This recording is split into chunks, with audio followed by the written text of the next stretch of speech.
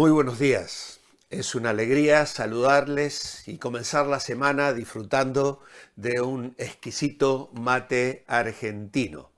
Tal vez lo hagas con un café, tu devocional, tu encuentro diario con el Señor, y es realmente una bendición encontrarnos con el Señor día a día. Esta semana, en el capítulo 2 del Evangelio de Marcos, nos vamos a estar centrando en la autoridad del Señor. Y leemos del versículo 1 al 12, que entró Jesús otra vez en Capernaum después de algunos días, y corrió la voz de que estaba en casa.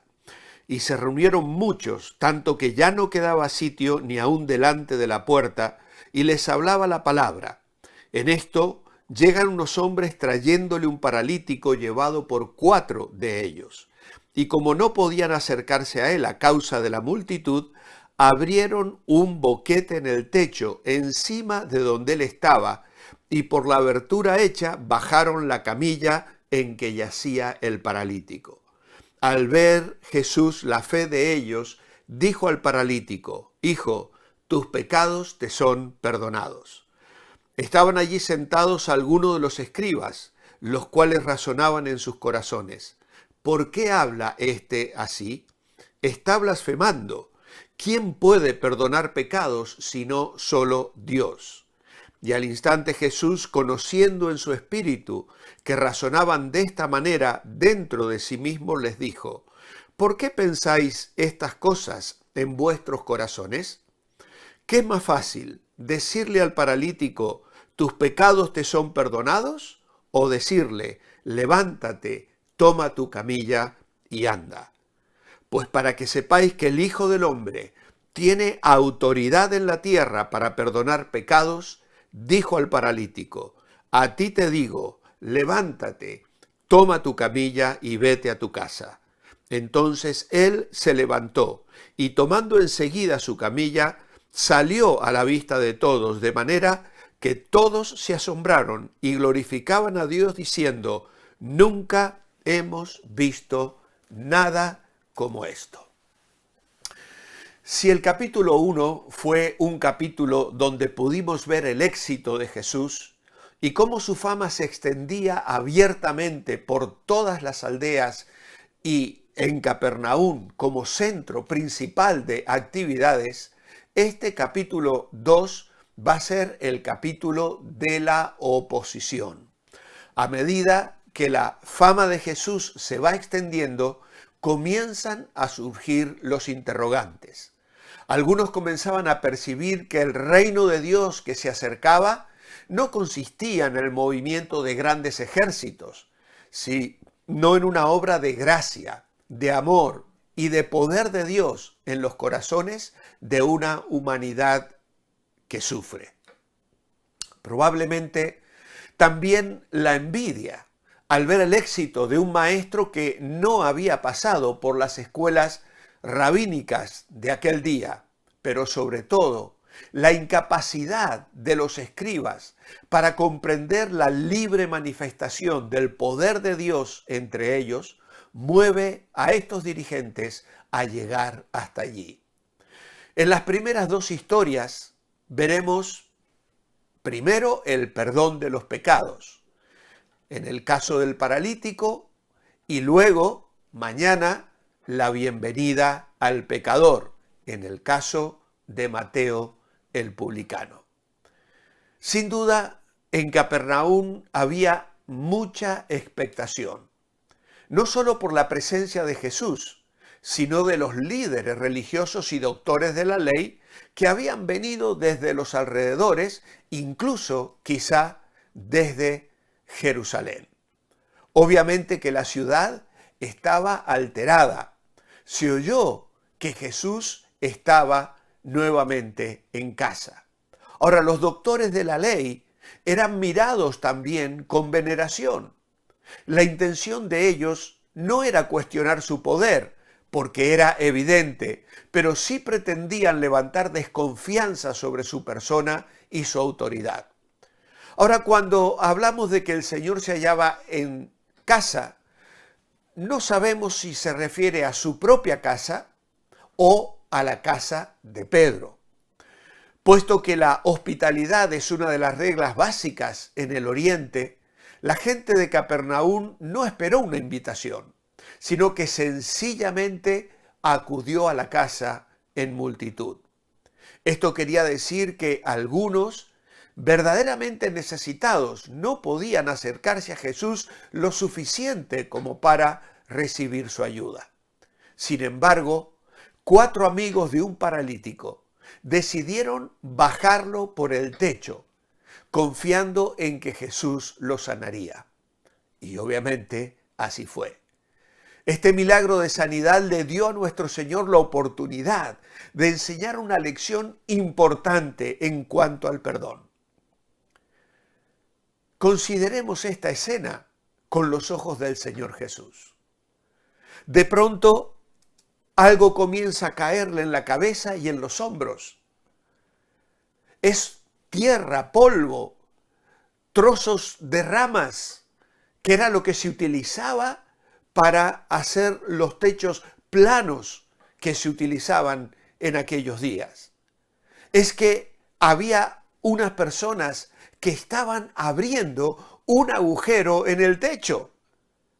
Y obviamente la caída de escombros interrumpiría la enseñanza que el Señor estaba llevando a cabo. Cuando el Señor alza la vista, ve a 4 hombres en el techo con un amigo enfermo. Las casas, como acabo de decir, tenían techos planos, a los cuales se podía llegar por lo general por una escalera externa. No sería difícil quitar los ladrillos, tablones y hierbas con que el techo estaba hecho y hacer un agujero de suficiente tamaño como para bajar a su amigo en una camilla. Tenemos que admirar varias características de estos hombres, cualidades que deberían también caracterizarnos a nosotros como pescadores de hombres.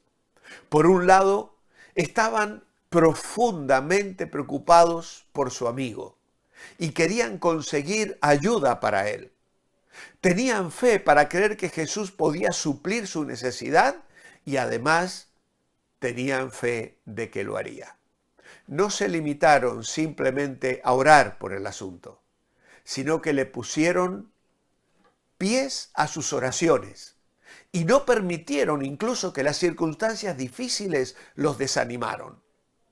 Trabajaron juntos y se atrevieron a hacer algo diferente y Jesús recompensó sus esfuerzos. Qué fácil habría sido para ellos decir, bueno, no tiene sentido tratar de llegar a Jesús hoy, tal vez podamos volver mañana. Cuando nuestro Señor miró hacia abajo, vio al paralítico sobre su camilla e inmediatamente fue a la médula del problema del hombre, que era el pecado. Ahora, no toda enfermedad es causada por el pecado. En Juan capítulo 9, el Señor lo va a explicar a los discípulos claramente acerca de un hombre ciego de nacimiento. Pero evidentemente, la condición de este hombre era resultado de su desobediencia a Dios.